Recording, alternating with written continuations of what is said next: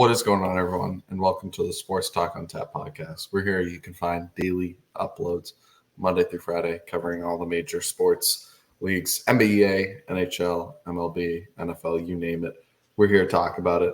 And in today's episode, we're going to be, kind of taking a look back now at the NBA season. Obviously, the Celtics were champions 2 days ago now. Huge congratulations to them, and if you haven't already, make sure to check out our recap of that game. But now it's kind of, a time we won't have basketball. I mean, right in regular season basketball until October. So we got 3 months or so, however long it is, 3 or 4 months. And now I feel like it'd be a good time to kind of look back and just go through some surprises of the NBA, whether it be playoffs, teams, players. Nick, there was really no survey or meter measurement for how we were supposed to do this. I just said what were your surprises, because it's your chance to look back at and everyone to look back on. What were some of the fun things? Maybe like a surprise disappointment, however you want to do this. I've got a few. I've got surprise, breakout team, surprise disappointment team, and probably surprise breakout player, and then maybe a surprise disappointment player. Yeah. So for me, I'm going to start off with a team that, honestly,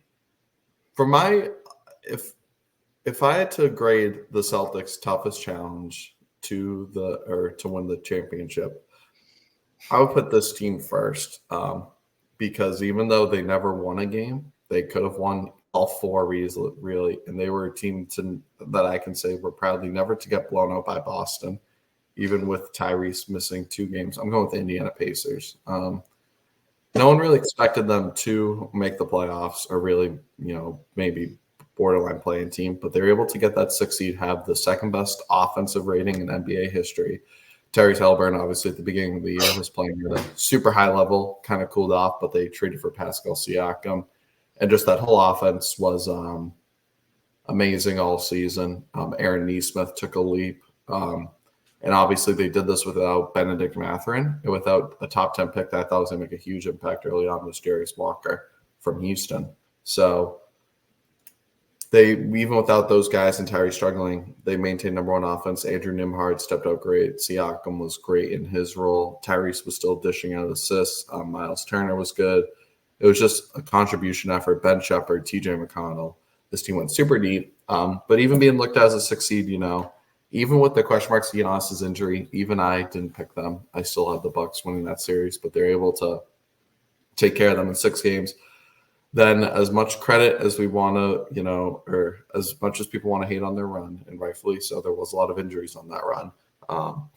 They faced the New York Knicks and take them down 7, which I didn't expect. I think you gave Indiana a little bit more credit, but I did not think they were going to really put up a fight. I thought it was going to be a 5-game series. But, I mean, when you beat a team that still has Hartenstein, Jalen Brunson up until halfway through Game 7, Josh Hart, Dante DiVincenzo, that's a really solid team and a really good defense that just beat the 76ers and were the 2 seed. So that alone takes pride in Tyrese in that Game 7. Was just balling, talking trash to New York Knicks fans, which was awesome to see. So, and they ran into a juggernaut of the Boston Celtics, and they did get swept, but every game was close. It really did come down to the wire. Just it was. You could see the experience part playing a role where Boston has been here before, and when it got to the final 2 minutes, Indiana looked like they haven't been here before, which rightfully so, they haven't been. So, still a great season, and if Benedict Mathurin can come back and play a more role, if they can get Jarius Walker involved to help with that defense, I'm excited to see where this team can go, because this was a great season, no matter how you look at it, and now they'll head into the next season with a lot, probably even higher expectations. But huge credit to Indiana for this season. Yeah, they're definitely a top 2 or 3 surprise team from the East in terms of doing well, not a bad surprise. For me, it would probably be either them, the Magic, or just the Knicks being as good as they were. Like, we knew the Knicks were probably a playoff team, but I didn't think they would be, the 2 seed in the East. But Pacers are definitely like. I will give the Knicks credit, but they won, I believe, like 47 games around that mark last year. So they only took a 3-game leap. It was just the East really kind of became like soft after the Celtics and Knicks, in my opinion, just wise. Just because obviously the West is a lot better. But but huge credit to Indiana for just taking care of business and even making to the playoffs the way they did. Just solid team effort, and Rick Carlisle is a great coach. So got to throw some love to them for this NBA season. So would you say like your surprise for the Pacers is more so how they did all season, or like their playoff run, like being able to go all season, all season, including the playoffs? Because if they made the playoffs and lost to the Bucks in like 5-6 games, like, I mean, I'd throw them maybe as like my 6th surprise in the East. Like they were just kind of a feel good story that just kind of just got bounced early. But just their whole season, the regular season, even making the playoffs, and then now the playoff run. That's my first one.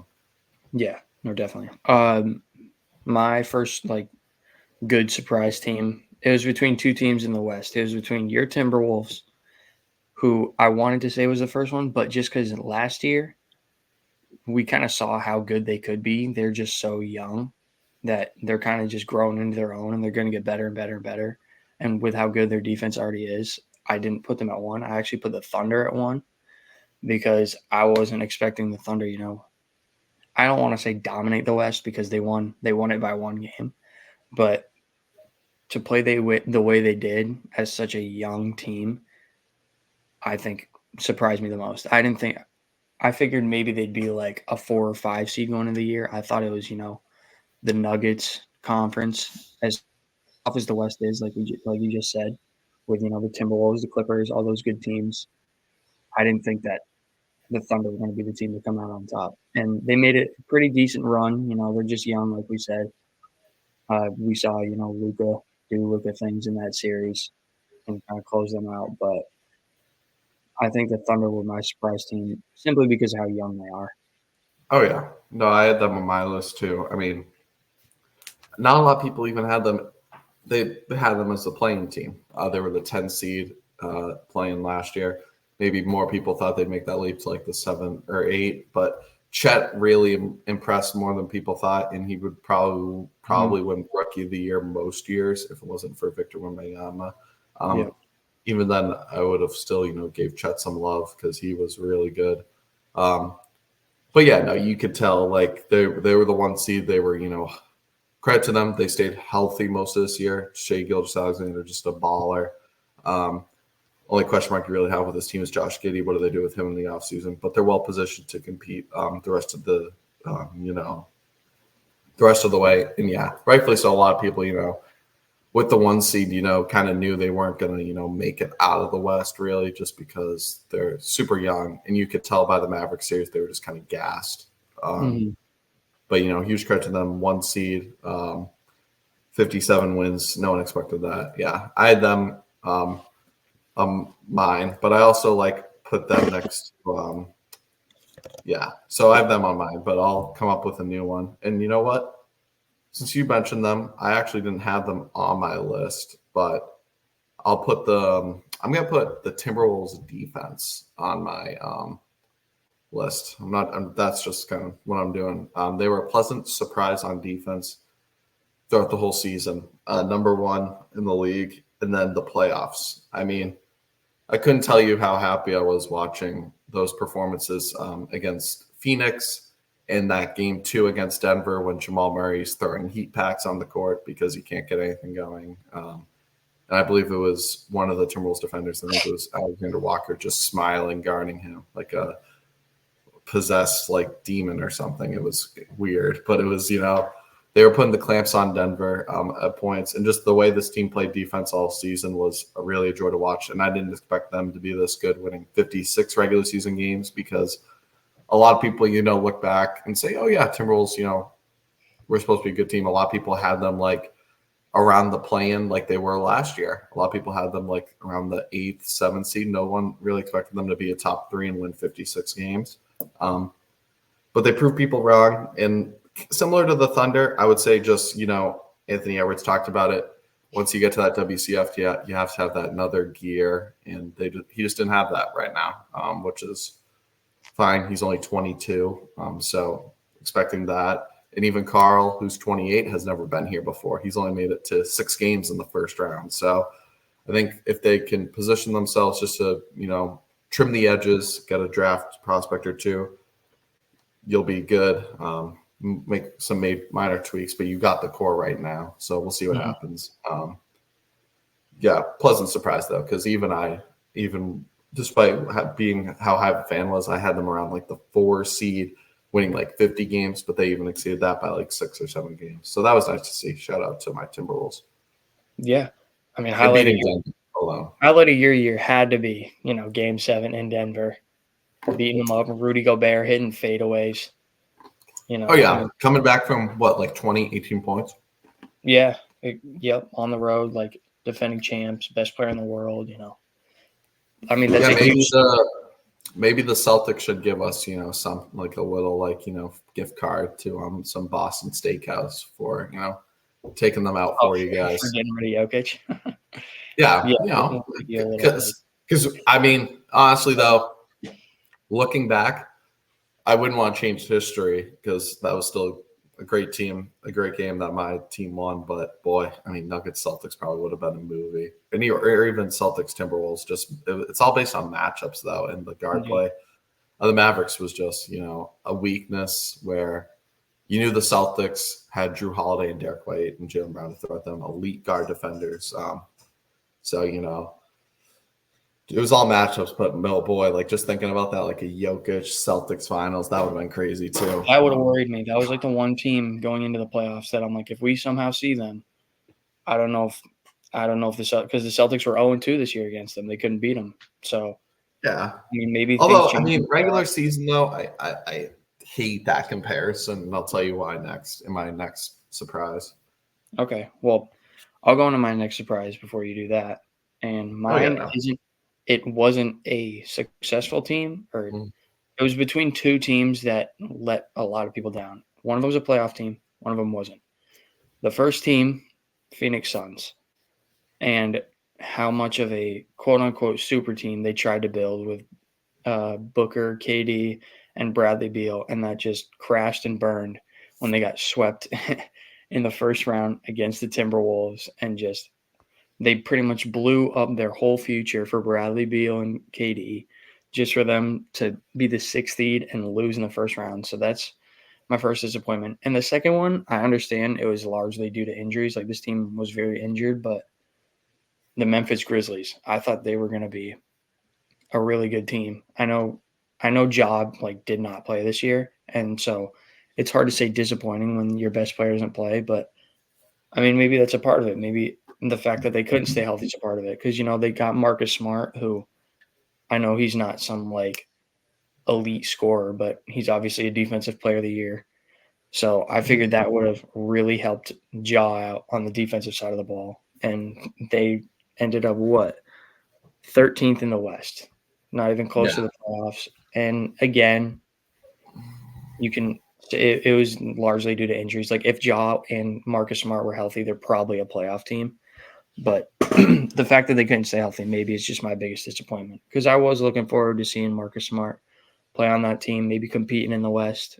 They probably would not have won the West, but it's probably more so the Suns. I think for the Grizzlies, I think a huge part of it was injuries, but Marcus Smart just doesn't fit this team. I don't know. I get Memphis was trying to look for a leader, but this just doesn't really fit the vibe. Maybe it's just my Boston, bias of missing him and seeing him be a leader in Boston. But I mean, I'm not going to complain with how our season turned out by having to, sacrifice him for Drew Holiday or Porzingis. Well worth it. Drew Holiday's a much better player than Marcus Smart. When we got him, I said he was like a Marcus Smart who can score. Yeah, he plays great defense, and The thing is, with Memphis. I think they might move off of Marcus Smart this offseason. I just don't think Really? it's. I don't think it's a They just fit. re-signed him, didn't they? Or like extended him when they got him? Maybe, but either way, I think they're trading them. I just don't think he fits this quite vibe. And yeah, Memphis was just kind of due to injuries, but there's also some positives for Memphis. You got to see Gigi Jackson get extended minutes. He looked really good. Desmond Bain, you could tell, could score in a much more efficient role, or score a lot higher on volume with Ja out. But Ja, for like the 7 games he did play, looked really good. But for me, there's just too many question marks with this team. I think they might go Donovan Clingan in the draft and make Jaren Jackson that power forward, that can just kind of lurk around. We'll see what they're. I'm really curious how this team does next year. Obviously, you still got Ja, Bain, Jaren Jackson, Gigi Jackson going into second year, and then whoever rookie you draft, maybe Clingan. It'll just be interesting to see. Memphis has had a weird 3 years. They've been a top 2 seed the last 2 seasons before this one, but made it second round and got bounced in the first round of the second time they were the second seed to the Lakers, I believe. And then now they're kind of, injury riddled year. Now the 13th seed. Now they just try and run it back probably because of the youth. But I mean, we'll see. This team is very interesting to me. But I still, that's an interesting one. But there was another team that I did agree with you on. I had the Phoenix Suns here. You built this team. Throughout the whole regular season, they couldn't score in the fourth quarter. They blew a lot of games with just, this isolation offense. But this is what I mean, Nick, when I told you some regular season doesn't matter, because heading into the playoffs, a lot of Phoenix Suns fans were confident that they would be able to beat the Timberwolves, as they low-key just boat raced the Timberwolves the 3 regular season games. In game 82, the final regular season game, they won by like 20 points. But I was a little bit nervous before the series started, but then I kind of, figured, and kind of what the Timberwolves coaching staff was thinking was, in game 82, they weren't going to kind of show their cards, what they were going to do. They just kind of let Phoenix play. And then you could tell from game 1, everything looked different. Ant was averaging like 14 the regular season against Phoenix. He scored like 30-something in game 1. And the series just turned out to be a horrible matchup for Phoenix. Their whole game plan was basically let KD do his thing. He's going to get an efficient 30. And then just frustrate the absolute crap out of Devin Booker and Bradley Beal. And Booker's stats look a little bit better in the series because in the elimination game, obviously down 3-0, you're playing with a lot of desperation. He scored like 49 points. But overall, the first 3 games, he was kind of mid. Bradley Beal absolutely folded in game 4. I remember just seeing him absolutely frustrated. I think he fouled out that game. And I still don't really forgive Devin Booker because he pushed Mike Conley into Chris Finch, who kind of, tore his knee up. So our coach was out for the year. But yeah, Phoenix Suns built the super team, got swept in the first round, didn't win 50 games. But we'll see where they go next year. They hired Coach Budenholzer. Mm-hmm. So we'll see. They're obviously, the plan is, I think, for them to run it back, and we'll see what kind of fits they minor tweaks if they can with any. Can they get a point guard to just pass the ball around? Overall, though, this team was just a huge mess all regular season, and it came back to bite them in the playoffs. I mean, they've got to take a leap because they sold out on these guys. They don't have like any draft picks, I don't think, coming up. So it's like they've got to win with these. But you're going to take a leap now with Kevin Durant turning 36, another year older. Exactly. We know what Bradley Beal is. We kind of know what injury machine is. Yeah. So we'll see. But we had them both on our disappointments, so that matched up kind of well. Yeah. Want to get into our surprise players now, because I have at least one surprise.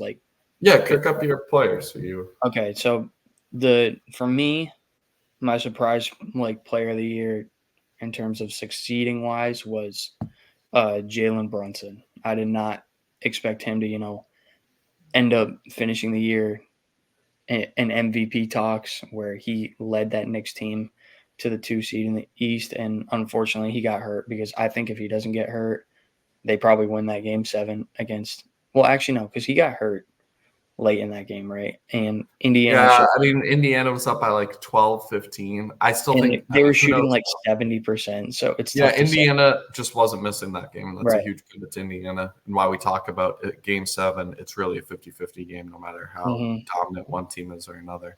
Yep. But yeah, Jalen Brunson is probably my surprise player of the year. And I know he was like slowly progressing towards what he did this year, like the past few years. He's just been growing as a player, as you hope most guys do. But I didn't expect him to be an MVP finalist or I don't know if he was a finalist. Was he a finalist? Not like one of the final 3, but he finished like 5th in MVP voting. Yeah. Yeah. So just even that, like I was not expecting him to be up there. You know, he was a top 5 scorer in the NBA. So maybe most people, you know, saw it coming. People who watch basketball maybe a little more than me saw it coming. But for me, Jalen Brunson, because it seemed like every other game he was taking over. I mean, in the playoffs, he was dropping like 40 bombs every other game. Oh, yeah, no, he was an absolute machine in the playoffs. He was unbelievable this year. Yeah, no, I agree. And my player was kind of tough because Jalen Brunson, that's a great pick. But I kind of didn't – I saw it coming because he really balled out in last year's playoffs in the second round against the Heat, first round against the Cavs. So I kind of knew this progression he was on. And then, you know, kind of a lot of superstars, you know, made superstars or who we thought would take that leap, you know, kind of sort of did in a way. But my surprise player, you can call me biased if you want, but this is more so just a great story. I'm going with the guy that had his own towel named after him throughout the whole stadium. The guy that won 6th Man of the Year. I'm going with Naz Reid as my surprise because this guy went from an undrafted, just, you know, out of shape wing guy to now the starting 6th man that kind of, you know, has improved on the defensive end as much as anyone. Really kind of has gotten himself in shape to, you know, just become a force on, or, you know, become decent on the defensive end and just become a force on the offensive end. Just his bag is unreal, and the way he just, you know, shoots. You know, he is very good at just driving to the rim, and he just improved in a lot of areas in his game, rebounding, and, you know, rightfully so. He won the best bench player of the year award, basically. So, you know, it's a huge credit to him and how far he came. And, you know, people could say Malik Monk, but the reason why I think Naz Reid won was just because his defense improved so much and just becoming an efficient 3-point shooter, 40+%. I mean, when you have him and Carl shooting like that, it was huge. And I think the pinnacle moment, even though they lost this game, was that game 2 against Dallas Mavericks, where I believe he made like 7 threes. He went like 7 for 9. It was just unreal stuff. That just showed the peak. He also had his struggles in the playoffs, didn't really do much against Phoenix. Denver would ball out some games. He saved them in that game 1, I remember. But then also, you know, I think he, you know, in his first playoff run was, you know, learning the ropes. He, you know, he thought some calls were fouls, but, you know, there's playoff fouls are different from regular season fouls. So, you know, he got a little bit frustrated, but I think he'll improve and continue to improve. But let alone this year, being the 6th Man of the year, even as a Timberwolves fan, I never would have thought that. I thought he was a good player, but he took that leap into, you know, being one of the most respected players in the league. So huge credit to Naz Reid. Nice surprise. Very lovable player too, I think. Yeah. Like I feel like every fan around the league, I think, likes Naz. They rally around a good story. They rally around because of the, you know, the memes too. I mean, the Naz Reid tattoos. I mean, and he's a guy I think anybody, including myself, would want on their team. He's a game, and he, like you just said, he has so much in his bag. Like he can do it all. He plays great defense. He can fill in for almost any position on the floor. He can shoot from anywhere on the floor. So that's a great pick. That's a great surprise pick. Did you have another? Crazy. Did you have another player, or was that it? I can, you know, talk about a couple, you know, disappointing players. I don't know if you had a list of, you know, like just, you know, some players that you thought disappointed. I think I have one player that, in quote, you could say disappointed. Yeah, Cook up. He didn't even really have a terrible year. He played most of the year, but just maybe you could say more so the team disappointed. I want to say Dame. I thought he was going to. That's who I was thinking of. I thought he was going to break out with Giannis. And yeah, no, I did too. he But didn't. I think he partially might be age. A lot of injuries have gotten him to this point, but we've seen glimpses. We saw in game 1. I think he had 35 points in the first half, 0 points in the second half, but they still won that game, so it didn't really matter. But, Dame, I think this whole Bucks team disappointed. If you were to tell me they'd win 50 games, I'd be like, what? Like, because a lot of people thinking they're competing with the 73-9 Warriors out here after winning like 58 games with Drew Holiday and stuff. That's also makes this trade look bad. You give up Drew Holiday, who was just a key piece to the Celtics to win the championship. Yeah. Obviously, Dame is probably the better player, but it wasn't worth it giving up when Drew Holiday led you to a championship and was also a key part to you guys being a 1 or top 3 seed for the last 3 seasons. It seems like Drew Holiday every playoff run always has a crucial defensive stop. We saw that against Andrew Nembhard, and I believe it was game 3 against the Pacers, up 1. Just the way he changes this game, man. I mean, and obviously, yeah, the Bucks, high expectations, injuries kind of, let them escape the disappointment from the playoffs. But, disappointing year, 49 wins. I am really curious how they bounce back next year because I was going to say trade rumors are already getting up. Yeah. Well, then that Drew trade, I mean, when you lose an elite defender like that, your defense is obviously going to take a hit. But their defense was not good this year. I'm just looking at their numbers. 19th in defensive rating. Just the little things. 26th in steals. That's all stuff Drew Holiday, catapults your team in. That's why the Celtics defense was so good this year, all the way up until the last game. And it's anytime you can go out and get a scorer or just a player like Dame, you want to do it, but I feel like you want to do it without, hurting your team's identity. You can't sell out just for that one player and give up everything and give up your core players, because Drew's he could be one of, if not the most underrated player in the league. And after watching him play for a full season with the Celtics, I would definitely be on board with him saying he's one of the most underrated.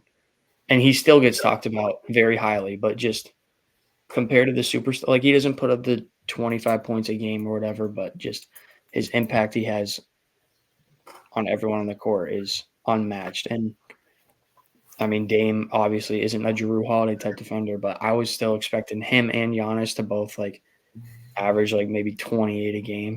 Giannis, he's dropping dimes to Giannis. He's obviously an elite 3-point shooter. So just that whole season for them was a disappointment for me.